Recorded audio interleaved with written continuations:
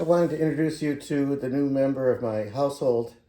I've been actually thinking about this for, I don't know, 4 or 5 years, instead of researching it. And that, of course, is my new Japanese knife.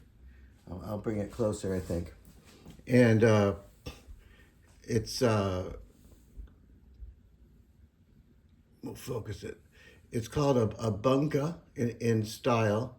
That has to do, it has a very flat initial part of the edge, and then of course this prominent K-tip, sometimes called reverse kanto. And for what I've been doing more of is learning how to do something called push chop and pull chop, less of the European rocking. But I have a great knife for that. I have a Wusthof for that, and I also wanted, after thinking about it, a stainless steel knife because I'm a little bit slow to clean up, and I didn't want to get into the rust thing on my first Japanese knife. Maybe someday I'll be able to handle that. But the steel is great. It's actually two different steels. The center or the edge is SG2, very hardened to I think about 64 Rockwell. There's another steel. I think you can kind of see that thinner layer there. It's almost a little gold in color. That helps adhere the third steel, which is on the exterior. And the third steel is actually a little more durable. It's a little more flexible. It's actually softer, but less prone to rusting. I like the handle, but I didn't really, kind of as I was looking, decided the handle was not a big deciding factor for me. The grip was, so I like how this holds. And a nice thing about this one, I don't know if I can show it to you, see if I can, is that although it's a, what would you call this? Octagonal, I guess. It also has a taper at the end. So this is very interesting. It's still octagonal, but they've tapered the shape down, which gives it this sort of unique shape and makes it really nice to hold on to. It's made by Ryusen, a third generation knife maker in Japan. Maybe I can show you the logo. It's his own design. And what that is, this knife maker drew that. I mean, he didn't draw this one, he drew the original. And it's a black dragon emerging from a spring, a water spring. And what's sort of cool about that is, besides the connections of dragons and springs to Japanese mythology and storytelling, it reflects kind of the knife making process in the sense that when you make a knife, hand forged like this one, you heat the steel, you hammer it, and you put it into water to cool and harden it. And originally, it'll have this black finish on it that's the result of that dipping into the spring. So it's a black, and it comes out black. I believe it's called Kuroche. And some knife makers even leave part of that black on because it's sort of a mark of a well, hand-forged knife. In my case, and I didn't buy this for any of this, by the way. I bought it mainly for the shape and the steel.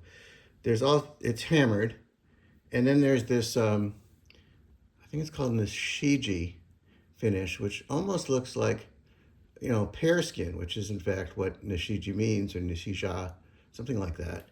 And it's got a really light sort of texture to it, more like a Japanese or Asian pear, I would say.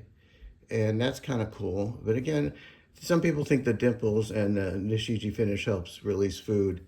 I don't think that's actually that important.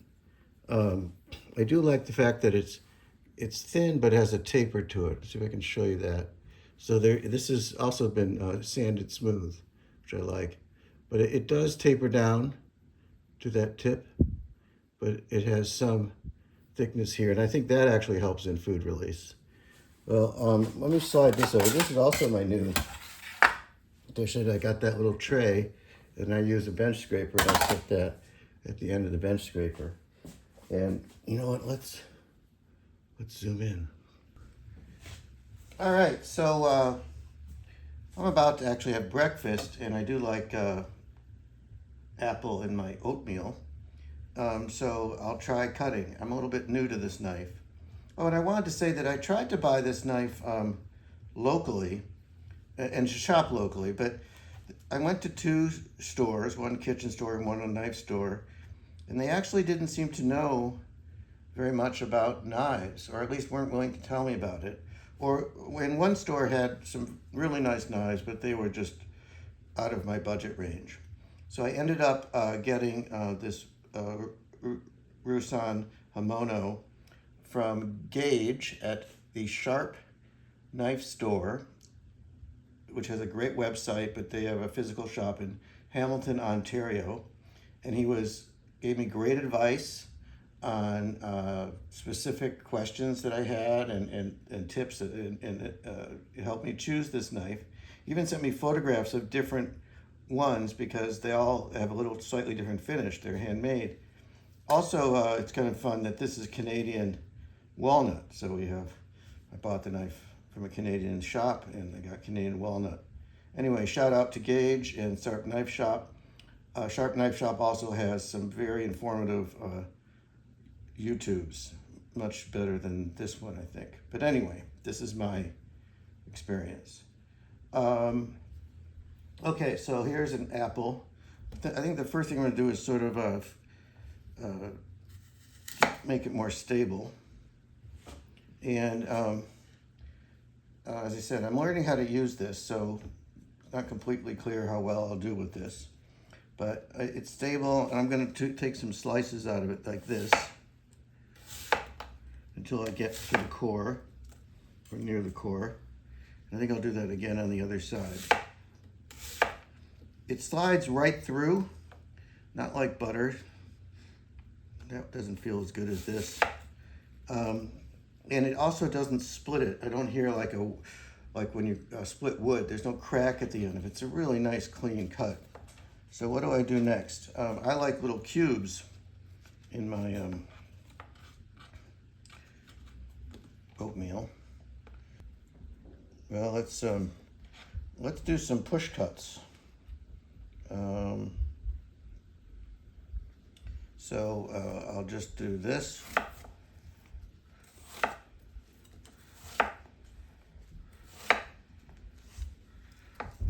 Put that stack back together. And I'll turn it, and then do what's generally called a tap cut. And let's see how that works. Well, there we go. I've got my cubes, which I think will be really nice in the oatmeal. And let's sweep those into my tray here. Nice. And I think what I'll do is I'll show you where they end up. This might take a moment. We'll pan. Sorry, my kitchen is not all that clean. Will this work? Yes, there we go. And we'll add these to my oatmeal. Let them cook for a little while together. That's it.